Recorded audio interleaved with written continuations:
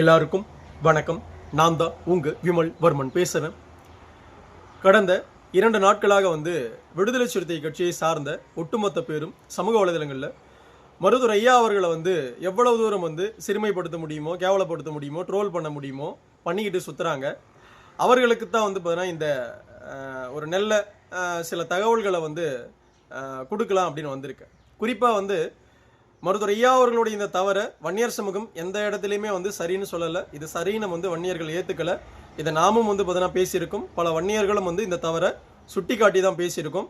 வன்னியர்களை பொறுத்த வரைக்கும் பார்த்தீங்கன்னா தப்பு யார் செஞ்சாலும் தப்பு அப்படின்னு தான் சொல்லுவோமே ஒழிய, அது வன்னியரே செஞ்சாலும் தப்பு அப்படின்னு தான் பார்த்தீங்கன்னா சொல்கிற சமூகமே தவிர, தப்புகளை பார்த்தீங்கன்னா மறைச்சிக்கிட்டு பார்த்தீங்கன்னா வாழ்கிற மானங்கெட்டு ரோஷங்கெட்டு இருக்கிற ஜாதி வன்னியர்கள் கிடையாது.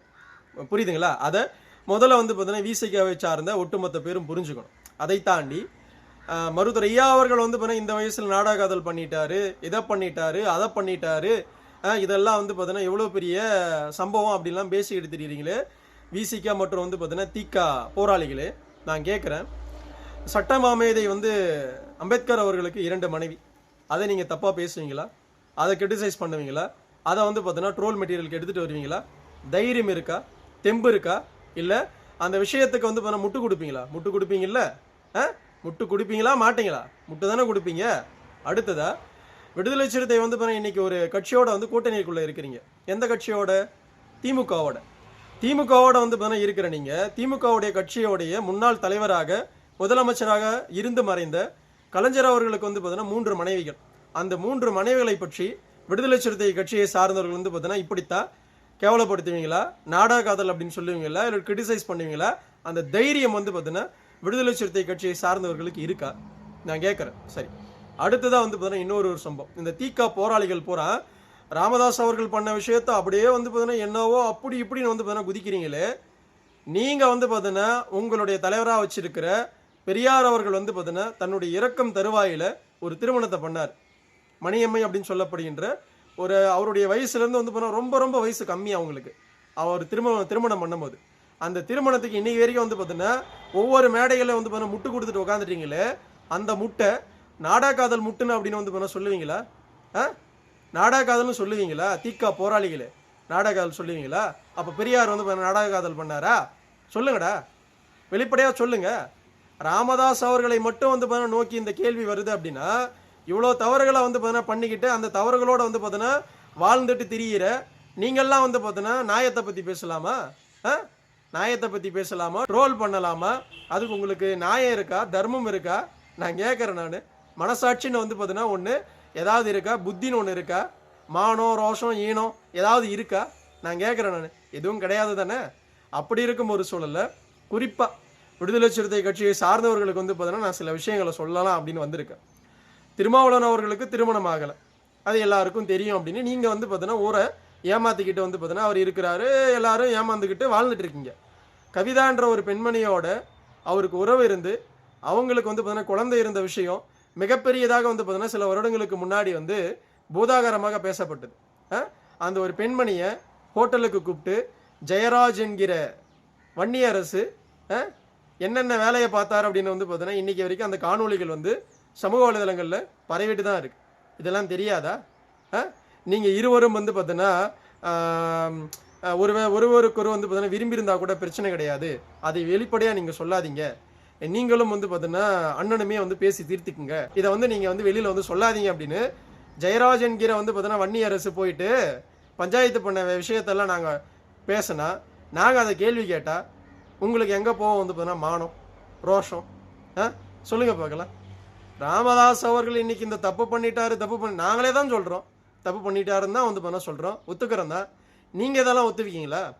நீங்கள் அதை பண்ண ஏற்றுவீங்களா? அதை தாண்டி உங்களுடைய உன்னத தலைவர் எத்தனை மேடைகளில் பெண்கள் ஒரு பக்கம் நின்னாங்க அப்படின்னா அந்த பெண்களை நோக்கி பார்த்தீங்கன்னா அவருடைய கண் பாயும், பெண்களை நோக்கி தான் பார்த்தீங்கன்னா பாயும். அதற்கு பல எடுத்துக்காட்டுகளை பார்த்தீங்கன்னா எங்களால் சொல்ல முடியும், பல புகைப்படங்களை பார்த்தீங்கன்னா கொடுக்க முடியும், ஏன் காணொலிகளே பார்த்தீங்கன்னா கொடுக்க முடியும். இப்போ பார்த்துக்கிட்டு இருப்பீங்க. இதெல்லாம் தேவையா? எவ்வளோ பார்த்தீங்கன்னா கேடுகட்ட வேலையெல்லாம் பார்த்துக்கிட்டு எவ்வளவு தூரம் பார்த்தீங்கன்னா மானங்கட்டு தெரிஞ்சுக்கிட்டு நீங்கள்லாம் பார்த்தீங்கன்னா பாமகவை பற்றியும் பாமகவில் பார்த்தீங்கன்னா இருக்கிற தலைவர்களை பற்றியும் குறிப்பாக மருத்துவரை பற்றி வந்து பார்த்தீங்கன்னா கடந்த 2 நாட்களாக வந்து பார்த்தீங்கன்னா குதிக்கிற செயலெல்லாம் பார்க்கும்போது எங்களுக்கு அவ்வளோ பெரிய சிரிப்பாக இருக்குடா. உண்மையாலுமே சிரிப்பாக இருக்கு.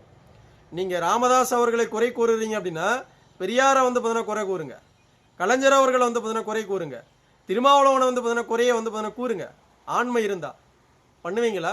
அதற்கு தைரியம் இருக்கா? அதெல்லாம் சரி, அதுக்கெல்லாம் நாங்கள் முட்டு கொடுப்போம். ஆனால் ராமதாஸ் அவர்கள் செஞ்சால் மட்டும்தான் நாங்கள் இட்டு கட்டுவோம். எப்படி? நாங்கள் வந்து பார்த்தோன்னா அந்த விஷயத்துக்கெல்லாம் முட்டு கட்டுவோம்.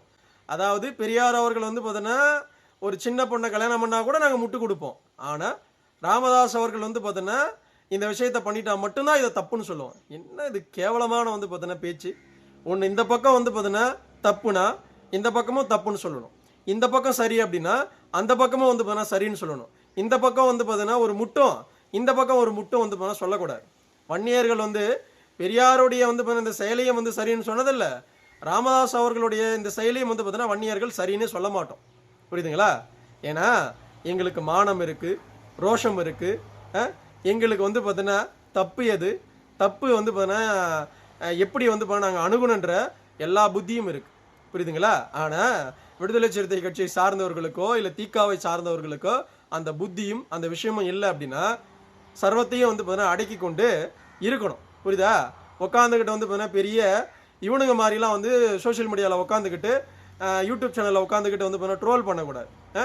இங்கே மருத்துவரை ட்ரோல் பண்ண உங்களுக்கு வந்து பார்த்தீங்கன்னா அவ்வளோ வந்து இனிக்குது அப்படின்னா பெரியாரையும் கலைஞரையும் அவருடைய செயல்பாடுகளையும் திருமாவுடைய செயல்பாடுகளையும் வந்து பார்த்தீங்கன்னா ட்ரோல் பண்ணணும். புரியுதா?